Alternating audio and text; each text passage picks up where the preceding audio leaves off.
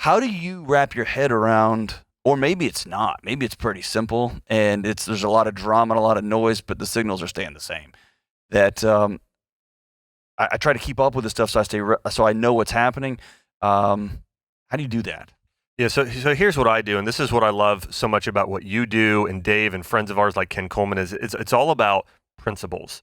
There are principles that stay the same from the beginning of time till the end of time, and when you are anchored to those core principles, you don't have to read every single study out there. You can read some, and I keep up on things, but it's not this. It's not that. That's not my anchor. The new research that comes out today is not my anchor. These principles that are talked about in places like the Bible, those are my core principles that I live by. And so I'll give you an example. There were studies that came out many years ago and still not recently to where there were companies that were pharmaceutical based that owned infant formula companies to where they started coming out with this research saying breast milk is not ideal for kids, right? Because it's high. I'm not kidding. No, I know they are. Yeah. And so they started coming out with these studies saying, yeah, breast milk is not what's ideal for kids. They're better off with formula. Breast milk is not as high in these certain vitamins, and we put these in there. But like we know that God created breast milk to be the perfect food for an infant, and so I'm just saying that to say this is that. We've got to understand a lot of these big agricultural companies, pharmaceutical companies, a lot of these big, even financial institutions, whatever it is, a lot of times there's agendas tied to them. We're talking about trillion-dollar industries here. So I think it's important to consider that. But for me, I was on a health panel with another very prominent medical doctor, and they asked a question, exactly almost what you asked. They said, hey, with all the new research coming out, how do I decide what to eat? And his answer was, you decide based on whatever the research just says as of today. So, hey, if it says today you should be eating apples, eat apples. If tomorrow it says apples are bad, then stop eating apples. And my mind was blown because I thought this is the way literally a lot of people think about this. And for me, it's like, listen, bone broth has been consumed from the beginning of time. We have the story in the Bible where, Jacob and Esau are like, making soup. And, we know that we've made bone broth for a long time. People have consumed it. They consume it in Asia today, in South America, across the world. It's been a meal to help boost and support immune health. So all that being said, number one is I anchor and understand these core principles. And then I use this latest studies to help educate and reinforce exactly how things work today. So I've noticed, I love that you said that. I've noticed an arc for the last 20 years. And about 10 years ago, I was with a buddy and we were having dinner. And he was in the nutrition space, and he said, hey, you know what's really freaking everybody out on the front edge of all this stuff? I said, what? He said that the data's starting to come back pretty clear if you eat whole foods and you have good relationships and you believe in something bigger than yourself, you're probably going to be okay most of the time. Oh, yeah. Right? Outside of an acute injury or some weird thing. And that the arc of a lot of this cutting-edge banana research, we're spending bajillions of dollars on fMRI, all these studies are leading us back to, and slow down, take care of your relationships, eat whole foods. That's right. Take care of yourself. There's an old Nassim Taleb quote that if it's not in nature, if you see something in nature and you think you've just figured out a new thing, you're probably wrong. Yeah. Right? And I love that. That sentiment. Nature's had a long time to work on this. Well, and I want to give an example how wise some of these different sort of, ancient physicians were. There was a study that came out about 10 years ago on turmeric, and if you consume there's a compound in turmeric called curcumin, right, which has all these anti-inflammatory disease-fighting benefits, and they found that when you consume it with black pepper or piperine, the compound in it, it increased the absorption by 154%. So the medical community sort of applauded themselves saying, we had this medical breakthrough. We found that when this happens, here's the thing, there's a recipe in Ayurveda, and this was also used in ancient Asian medicine and in Middle Eastern medicine around the times of the Bible. But there was an ancient recipe, and it was a blend of turmeric along with black pepper, ginger, and another warming spice, and then ghee or coconut milk. It was called turmeric golden milk or turmeric golden tea. Yeah. That recipe's been around for 3,000 years, where they knew that back then. It's like, so we're geniuses, man. Exactly. Or was it Hippocrates in a jail cell talking about how health begins in your gut, right? That's right. And it took us Now we're so excited about we discovered the gut That's- biome. that's It's pretty right. exciting, right? It's awesome stuff. All right, so I know the next question for the some of our internet warriors will be these specialized diets. The last 100 years, especially last 25 years, have turned into these almost religious cult-like followings. Dude, Yeah. what happened? How did we get here? So They are wars, man. yes, so here's essentially what's happened, and you'll get this, John. It's we have number one. Here's the first thing to realize: everyone is very unique, individual. I mean, God has made everybody unique in their gifts and their skills, even the way their body works and functions. And ancient, like Asian medicine, for instance, they put people in 5 types. So it's kind of like the Enneagram Okay. or disc profile or Myers-Briggs. They actually would say, okay, you have certain emotions and your body is built a certain way. There are certain foods that are better for creating balance in your body. In ancient times, they never treated a labeled disease. They said, you've got this imbalance where your body's too hot or too cold internally, it's too damp or too dry. We've got to balance these things. For instance, why do we call it a cold today? Because with a cold, it comes from ancient Asian medicine. It's your body is cold internally, so people tend to take warming spices to warm their body. That's why it's always like oregano, ginger, cayenne, these like these warming herbs. And this Those little hot toddies our grandparents used to make. That's us. what's so funny. So here's the thing: whiskey, and again, we're not here promoting everybody drink whiskey, but it's the hottest of all liqueurs. It's the most warming. If anybody's ever had, they'll warm your insides. It's actually it's much better than something like a beer, which is cooling. All that being said, so it's all about bringing balance to the body, to the unique individual. So for some people, a keto diet is great for probably about 20-25% of the population for a period of time, like maybe 30 days. Okay. But for a lot of people, it's a terrible diet. Gotcha. And what happens is somebody will say, oh, I followed keto or I followed paleo or I was a vegan and it radically changed my health. And it's great for that person. But I'd ask everybody listening here, have you ever had a friend follow a diet and it was like a miracle for them and then you tried the same thing and it didn't work for you? Disaster. Exactly. And that's because you're a unique individual. And I'll give you an example. If somebody has inflammatory bowel disease, they should have 0 raw vegetables. Okay. It should all be cooked vegetables, bone broth, like that sort of thing. But if somebody has liver disease or cancer, they do good with a lot of raw foods and vegetable juices. So, I mean, really, Ann Wigmore said, one man's food is another man's poison and vice versa. So it's important to understand you are a unique individual. You really need to find what works for you. So unfortunately, there's Gotcha. not. But yes, there have become these cult-like followings of certain diets. And to their, it has worked for them, but it definitely doesn't work for everybody. And we've talked about this on this show is if we step back 100, 200 years, we've had this cultural obsession with shoving everything into a bell curve. That's right. What's the thing that works for everybody? And because we can sell it to everybody. Yep. And so we stamp this imaginary food pyramid. This is how we should all do it. It doesn't work, right? And it can feel untethering to think, oh gosh, then what is the thing? And that's where you walk alongside a good practitioner and you learn to listen to your body and this works and this doesn't. And then now me and my wife, she's one that can handle high carbohydrate intake. Yep. I'm so jealous, man.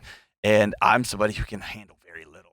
Yep. And we both meet and we figured out how to have great family meals. Right. And she doesn't get her feelings hurt. I don't get my feelings hurt. Our kids are, so it's in the middle there.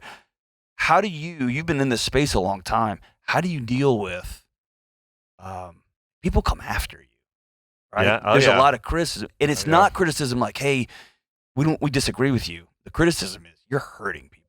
Yeah. Like you're crazy. Yeah. What are you doing? Right? How do you deal with that, man? Yeah, so for me, and what's funny is I don't read a lot of those comments. Now I want to be aware, I want to be responsible, but for me, I anchor into these core principles, and a lot of them start in the Bible, these health and biblical principles, and then they really go off as well to these ancient things that I think have been proven for, again, as I mentioned, thousands of years now, and then in running a practice myself. So for me, I guess I combat it with this. I'll give you an example. If somebody would say, Dr. Axe, when you speak out or tell people that their first line of defense should be nutrition and mindset and relationships and all of those sort of these lifestyle factors, and people should focus on those even before they would go and pop a pill, hey, that's hurting people. We really believe that today's medical system is the way that things should be done. And so I've heard that plenty. I don't think anybody says that anymore, but I know. I got you. I literally had somebody the other day stop me and say, you're hurting people with all your false information out there. Just a random person on the street. Awesome. But then I'm at Whole Foods and I have all my old patients coming up to me and stopping and saying, "Oh, Dr. Axe, like, hey," I actually had a woman come up pretty recently, and she had lost 80 pounds. Her husband had lost 120 pounds, and he was a former NFL offensive lineman. So I mean, he just, he lost weight to transform himself. So I have so many thousands of people that have shared with me their health transformation, reversing diabetes, overcoming hypothyroidism, fertility, so many women who now have been able to have kids following some of this information. So for me, I really just fill up on those things, and you're going to have haters, you're going to have doubters. But at this point, I don't know, I've got pretty thick skin. I think if you just focus on those things and focus on your mission and vision, that really helps too. Because for me, saving people, saving the world with superfood, knowing I've got to heal, I want to help heal the planet, I want to help people. And knowing all these positive results we've seen, it kind of is like I don't know, it's more like I have a gnat around me now. It doesn't really... Didn't get you? Yeah. So I'm going to speak my life into yours, and you may say that. I don't have that at all. I'm similar there. And for a season, man, I wouldn't sleep at night. Like someone would write something mean, especially when I was working with college students or with police officers. I was doing stuff after hours to say, "Hey, we handled this terribly." And man, that'd wipe me out. Now I've got people that I can call if I get stuck, and I'm more like you. My skin's gotten a lot thicker. My wife's hasn't, right? And so when someone's ugly with me, she's ready to go to war. Oh right? man! And so you're married. How do you manage that like the most important relationship to you? And I don't know if she has a tendency to go to war on your behalf, but how do you manage that criticism, being countercultural, saying, "Hey, I'm cool," but also, man, you love this person who really loves you. Yeah, so, you may say she doesn't do that at all, but no, she does. See, that's why I'm laughing. So my wife is, and let me say this too. My wife's also a physician. Okay. So she went to chiropractic college. She got training in like functional nutrition and in exercise, and she's a yoga instructor. So she has a lot of credentials herself, and she's just an amazing, strong Christian principled woman. And so for that, she's there. But she is my biggest defender. Okay. And if you want to get her fired up, it's, come after me or our family. And so there are occasions where I'm like, "Babe, hey, we're good. We're good. Hey, just, but yeah, I mean, she's definitely my biggest defender. And what a blessing, to be in a marriage to where your wife, and I know you feel the same way. It's like, man, when you have a spouse who is for you, like that, it's, But it absolutely bothers her more than it bothers me. And I think it would be the same thing if somebody says something negative about Chelsea, my wife. Oh, dude, it's on. I'm definitely, again, it's 10x how I feel about it if somebody says it about me. Okay, so flip that around. Another thing that I just want to mention too, I was joking around this. Two of our best friends, they have a daughter. We have a 1-year-old. They have a 1.5-year-old. And we're joking around the other day. So like our daughter now, she's waving to people. And like, if somebody doesn't wave back, actually, I'm like, God, like, how are you? Anyways, it's a whole nother level when you have a kid. Or I've got an 11-year-old and a 5-year-old, and if somebody rolls their eyes at them at a restaurant, it's like, dude, we can go out in the parking lot. It's for no reason, right? Yeah. And my kid's being annoying too, by the way. Yep. But yeah, I'm the same way. So let's flip that around a little bit. I think one of the challenges I've experienced is we have a bunch of credentialed people speaking into the world with a lot of different platforms and a lot of different motivations. One is I saw my mom suffer, and I don't want anyone to do that. I'm going to go down a rabbit hole to figure out what happened. And then, oh my gosh, I've got my own patients. I want to help heal the planet. And this stuff's all interconnected, whatever that looks like. Yep. And then you got other folks who just want to sell a book or just want to make some money, et cetera. One of the biggest challenges I'm looking at seeing is people's inability to say, "Hey, I really, really believed in that. I was wrong." And one of the cool things, so I was an academic nerd before I came here, and I saw it happen with COVID in a pretty unique way. I knew from my researcher friends that when somebody lays down "Hey, we think 11 million people are going to die," for scientists, their job is to be less wrong. And so they immediately go, "Cool, we're on." And so then a few weeks later, another college group says, "Hey, only 6 million are going to die." And they're like, "Hey, we got a new model. We'll put it on this." And the whole art of science is being less wrong. But then the two groups that can't say that word are politicians and media people. And if a scientist has rolled himself up into a media world, then they get locked into, I can't say I was wrong on something. One of the first people to tell me I'm wrong is often, my wife is a PhD researcher too, is her to say, John, you are way off on this. What are you talking about? Have you had something that you were dead set on and suddenly you've been like, oh, I wasn't right on that. I've even had to come on this show. I've called somebody back and said, I gave you wrong advice, man. I should have told you something else. So I'll share a couple things. Early on in my career, I really felt like the more plants, the better in terms of raw. So, Okay. And I was sharing that earlier, and I had to learn through clinical experiences that a raw, like for instance, a salad. Most people think a salad is good for everybody. And so even in my clinic first year, I taught some raw food classes and all these things. And then I started working with people with Crohn's and ulcerative colitis and IBS, and started noticing, wow, this is not working for these people, diverticulitis, some others.